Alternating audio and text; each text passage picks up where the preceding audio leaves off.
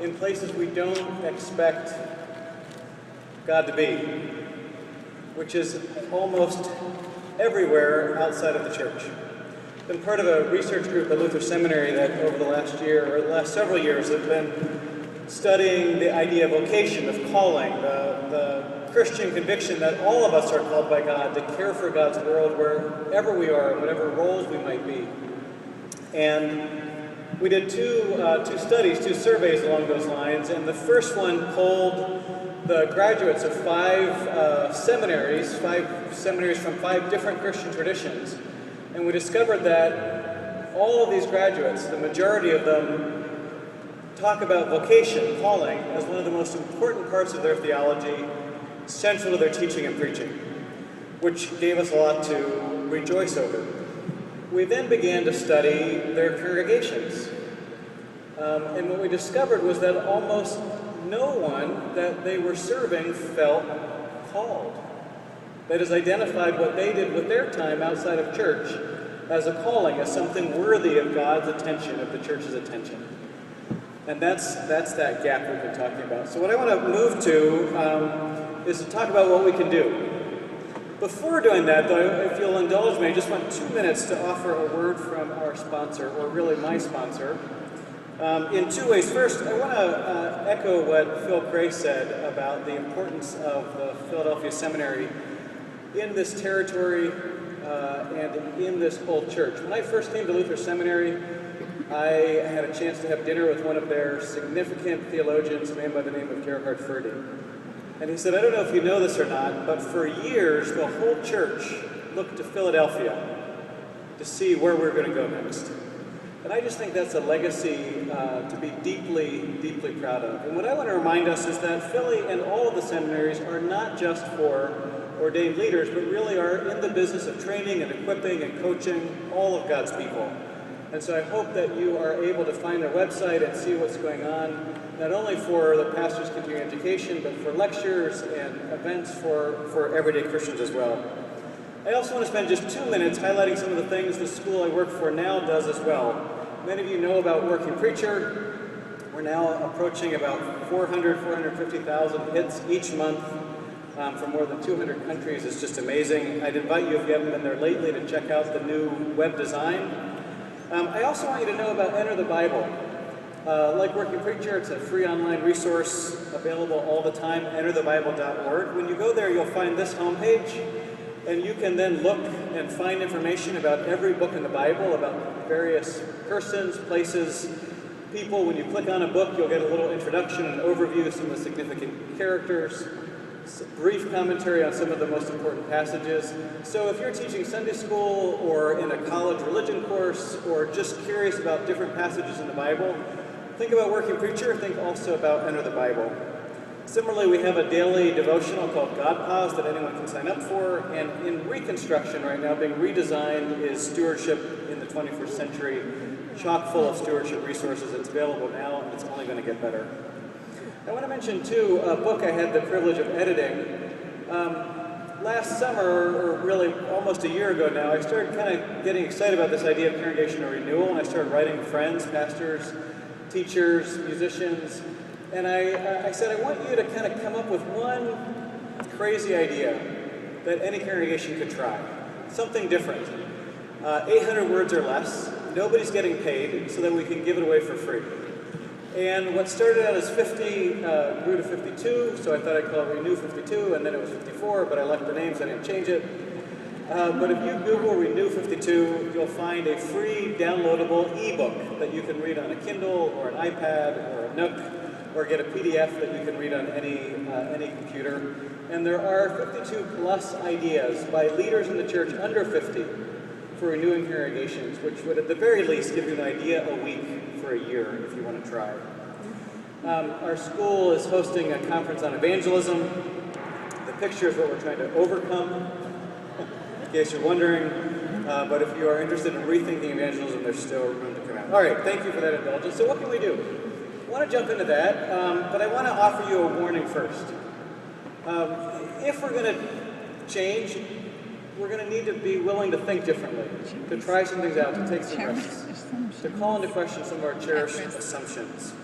And that sometimes is challenging. But the thing is, when we focus only on the stats and the decline, if we think the numbers are the problem, that people aren't coming in the same numbers, then really all we can do is what we've always done, only better.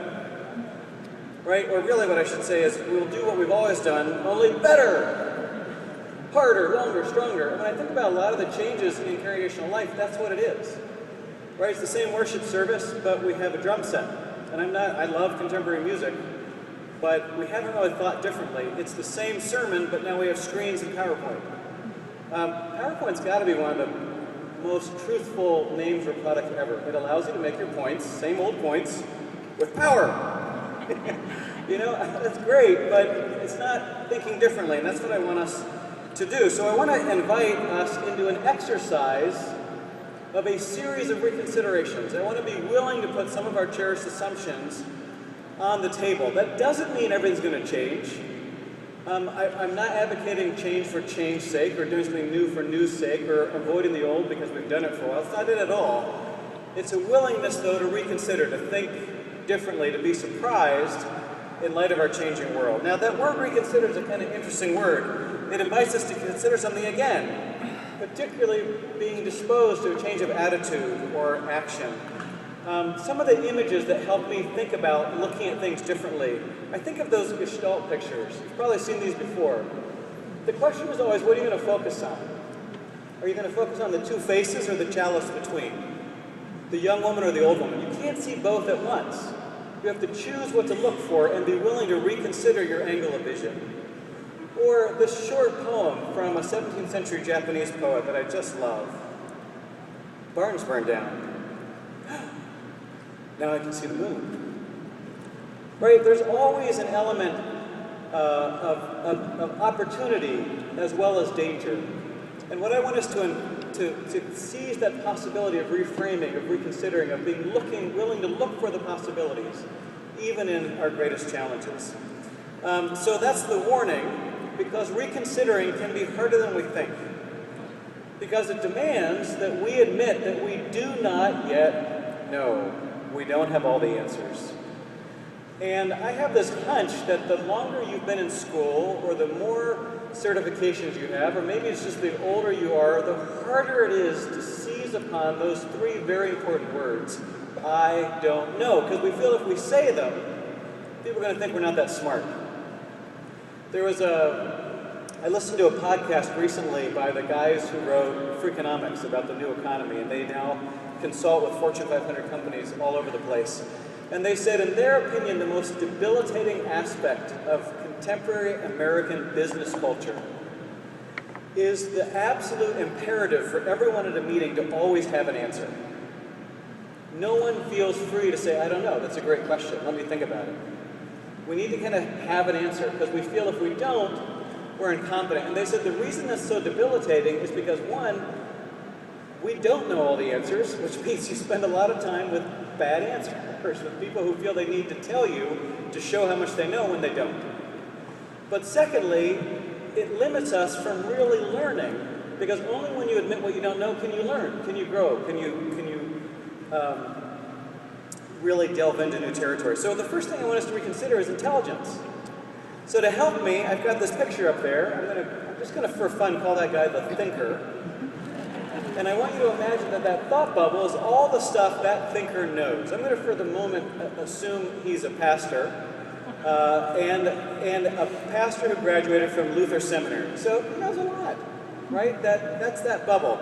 But I also want you to pay attention to the periphery of that bubble, the border.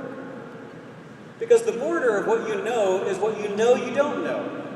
All right, so just keep that. We know some things, and at our best, we know we don't know some things. So I want to call on now a second thinker. This one, a graduate of the Philadelphia Seminary, so he knows even more. But now pay attention for a moment. Okay, the bubble's bigger, but what happens to the periphery? That gets bigger too. Isn't that a different way of thinking about intelligence? Being willing to say that intelligence isn't just what you know, it's what you know you don't know. Why? Because it's at the edges of our learning, at the edges of our knowledge, that there's the greatest opportunity to learn. the greatest opportunity for discovery. And I've found the last couple of years that I learn a lot more when I stray from the center to the edges. That's where things get exciting. That's where I have a chance not just to practice what I've done over and over again, but to be surprised and learn more. So my question to us really is, can we admit that we don't yet know how best to share the gospel and form faith in this changed and rapidly changing world? If we can't admit that, then, get your iPhone out or, do something else. You're not going to get much out of this. But if we can admit that, then I think life suddenly gets much more interesting. So, reconsidering intelligence, reconsidering the nature of questions, now let's reconsider the problem. It's not just attendance stats. That's the pressing problem. It's not budgets that are falling short. It's not a lack of Sunday school teachers or children. It's deeper than that, and we need to push deeper. So what we've said so far is really what the problem is. We don't know our story, our Christian biblical story, well enough for it to shape our imagination, for us to help us lead lives in the world where the faith helps us make sense of life, which has created this gap between what we do on Sunday and the rest of the week. And we're at an era now where people won't keep going to church when they don't understand it, when it's not helping them. So if that's a different way of looking at the problem, let me summarize by reconsidering it, summarizing and saying, I would say that for most of our people, for most of us, God is no longer a primary actor in the story of our lives. Which does not at all mean we don't believe in God deeply. It's just that we don't expect anymore for God to show up. We don't expect to see God. We don't look for God in our daily lives. God is not one of the primary players, but more of a background player in our ongoing story of our daily life. If we can reimagine, reconsider the problem that way, then we can reconsider the solution. If we need the capacity to imagine that God is a primary actor, not just in the biblical story, but also in our story, then one of the primary tasks of pastoral leadership and our life in the church needs to be cultivating biblical imagination. Now, what do I mean by that? I want to say biblical imagination is about being open to new possibilities for thought and action, possibilities that are shaped by our encounter with the biblical story. Now, why the picture of Westwood? Well, there's a clip from the beginning of a show early in the third season that I think gets at that. We're going to watch that, and then I'll say a little bit more about biblical imagination. Sounds working. Good afternoon. Hi, Charlie. How's church? It was fine. Stop it. It's, You're talking about church. oh, like I'm not already going to hell. What was the problem? It feels the homily lacked panache. It did lack It panache. was a perfectly lovely homily on Ephesians 5:21. Husbands, love your wives as Christ loved the church and gave himself up for her. Yeah, she's skipping over the part that says, wives, be subject to your husbands as to the Lord. For the husband is the head of the wife, as Christ is the head of the church. I do skip over that part. Why? Because it's stupid. Okay. Husbands, love your wives as Christ loved the church and gave himself up for her, that he might sanctify her, having cleansed her by washing of water with the word, that he might present the church to himself in something. In splendor, and I have no problem with Ephesians. And anytime you want me to cleanse you with the washing of water, you know I'm up for it. Then what is your problem? Hackery! This guy was a hack. He had a captive audience. And the way I know that is that I tried to tunnel out of there several times. He had an audience and he didn't know what to do with it. You want him to sing Volare? I couldn't have heard words. Words, when spoken out loud for the sake of performance, are music. They have rhythm and pitch and timbre and volume. These are the properties of music. And music has the ability to find us and move us and lift us up in ways that literal meaning can't. Do you see? You are an oratorical snob. Yes, I am, and God loves me for it. You said he was sending you to Not hell. for other stuff, not for this. You can't just trot out Ephesians, which he blew, by the way. It has nothing to do with husbands and wives. It's all of us. St. Paul begins the passage, be subject to one another out of reverence to Christ. Be subject to one another. In this day and age of 24-hour cable crap devoted to feeding the voyeuristic gluttony of an American public hooked on a bad soap opera that's passing itself off as important, don't you think you might be able to find some relevance in verse 21? How do we end the cycle? Be subject to one another. So, this is about you. No, it's not about me. Well, yes, it is about me, but tomorrow it'll be about somebody else. We'll watch Larry King and see who. All hacks off the stage right now. That's a national security order. I'm going to the residence. I'm taking a bath. I'm turning on Sinatra. How does Mrs. Sinatra feel about that? Peace be with you. You make me egg foo young. Good morning, Mr. President. You make me feel there are songs to be sung. He's feisty, please. Don't ask me about church. No, I won't. I'm sorry, Mr. President. Melissa Markey died. Yeah, okay. Oh, damn. Charlie, can I see Leo? Yes, sir. She would have lost too much blood at the scene, Jack. She shouldn't have a chance. Yeah. All right. I'll be over in the residence. I'm gonna see Babish this afternoon. Okay.